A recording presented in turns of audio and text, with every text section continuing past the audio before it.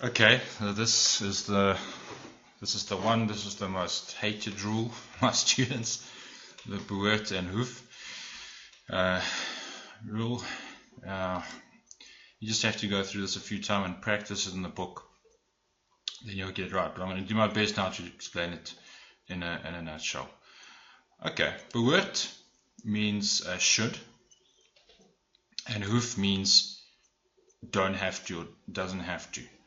Okay, so Hoef is always in the negative. If you can remember that, it's a good start. And Behoort means it can be negative or positive. Okay, should and doesn't have to. Let's look at a few examples of how these things work. Okay, so I'm going to try and cover the different ways that they actually ask this in tests and exams. And if you're in grade 11 and 12, you need to sit up and listen, because this comes up in just about every assessment. Okay, James draf elke middag om die veld. Okay, so you have a very basic sentence here, and they do use basic sentences, you don't have to stress too much. James draf, there's your verb.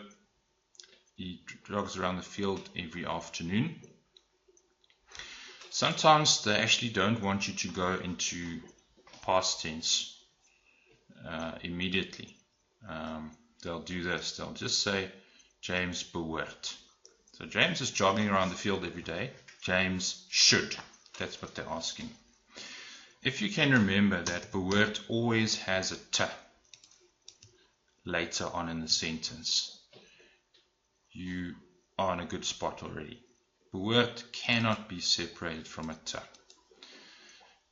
The same with hoef. Okay, we'll look at that later. After that t, there must be a verb. Okay, so if you can get that structure in your head, you're good to go. There must be a t, there must be a verb after that. Okay, so what do they want? James behoort. Now, what they're doing here is they're making behoort your verb 1. That's now verb 1. Okay? That means that draf can't be there anymore.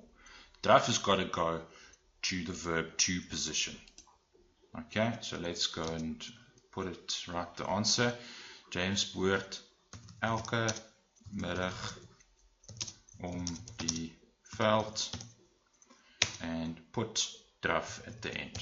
Now, last thing you need to do is put in your t. Like we said, the t is goes before the last verb at the end. So there we go. Put in the t. There's draf, and you've put in your t over there. So you're good to go. That's the answer. The behoort comes and moves draf to the end of the sentence. Now they could ask you to take this to past tense. Gister. Gister is your marker for past tense. Okay. So again, you want to put in your t, move draf to the end. Gister behoort James elke middag om die veld te draf. Now, to change a behoort sentence into the past tense, all your work happens here after the t. Okay, everything happens after the t. You're going to work on that verb and put a het in here afterwards. Okay, so everything else there's no hets, there's no gis in that part of the sentence. Oops. What am I doing? Veld te draf. Okay, so there's the verb. So you do two things. One, you put a g on that verb after the t, and you put a het at the end. So you did two things. You put a g there, and you put a het there. That's what you do to change this to the past tense. Okay. Hoef is pretty similar. Hoef is just in the negative. Okay. So James hoef nie elke middag om die veld te draf, and your last nie at the end. And to go to the past tense, same sort of idea. gister hoef James. Remember, your knee is going to go after your subject. If you're starting with time, the knee goes after the subject. There's the subject. Gister hoef James nie elke middag. Can't spell felt for some reason. Elke middag om die veld te. Okay, so after your te, your work is going to happen here in this area of your sentence. Put a ge on your verb. Getraf het nie. Okay, so there's your ge on the verb, and there's your het that you put in. That changes the whole thing to the past tense. Hope that makes sense. Okay, slightly different way of asking it. Keep on seeing in old papers and so on. Is this, ek moet vinnig dorp toe gaan. They give you a sentence with moet, which means must. I must go to town quickly. Now they substitute must with behoort. I must go to town quickly. I should go to town quickly. It's not that simple though in Afrikaans, because in Afrikaans moet doesn't have a te, but behoort needs a te. Okay, so yeah, they're not moving the moet out of the sentence because there's already a verb to. They're substituting moet for behoort. Don't use moet, use behoort. That's what they're saying. Ek behoort vinnig. Now you just need to put in the te in the right place. Dorp toe te gaan. Of course, the te goes before the last verb at the end. There's your last verb. Moet goes out. And you put a te there. Okay, so to change that to the past tense then, gister behoort ek vinnig dorp toe te. Now all the work happens after the te for the past tense. There's the verb. Put a ge on that verb. If it can take a ge, sometimes they give you a bigge herontfermis word. Then you can't put a ge on it. Te gegaan and a het after it. Okay. Ek hoef nie gister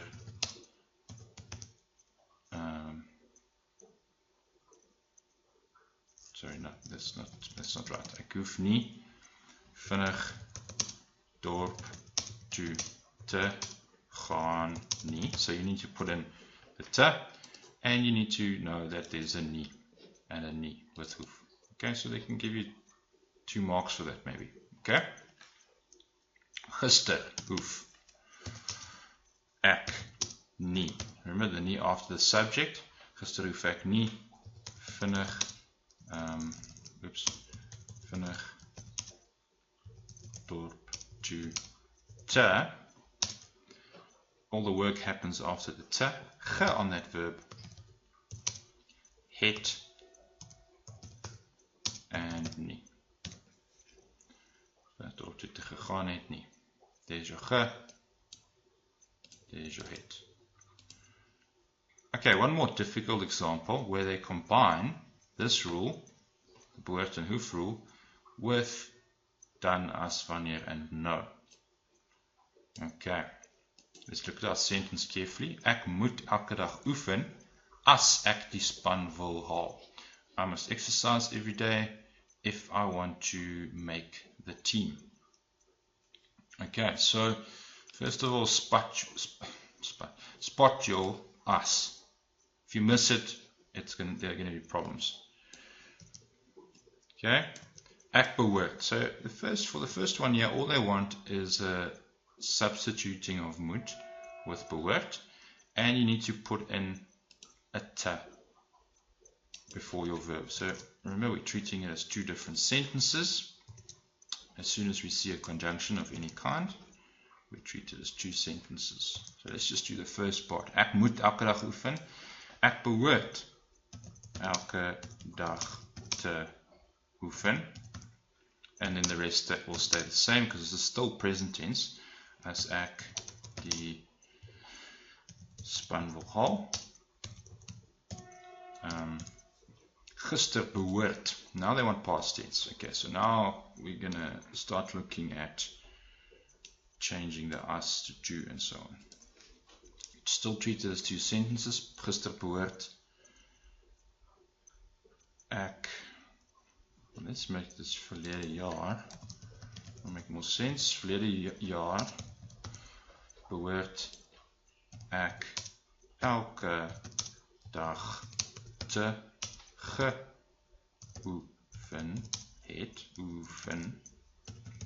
het. Okay, you put your ge on your verb. Okay, geoefen and a het after it. Now the second part of the sentence, us changes to to. Ek die span wil haal. If you see a helping verb, you're smiling, you just flip the form. Nothing else will change in that sentence. And the will already be in the right place. Us is group 3. Your verb 1 is sitting as far back as it can. It can't go over haal. It's also a verb, so it's sitting in the right place. Leave it there. Verlede jaar behoort ek elke dag te geoefen het toe ek die span wou haal. Your wou again is in the right place. You've changed your us to to. You put your te in, you put a ge on your verb, you put a het after it. Yeah, that's quite a difficult example. I don't get much worse than that. For these difficult ones, you need practice, and the books will help you with that. If you want to get the books, just email afrikaanshelp@gmail.com. Get the books and get this sorted, because it's in every test and every single exam, and you need lots of practice for these ones. Okay, I hope that helps. We'll chat soon. Goodbye.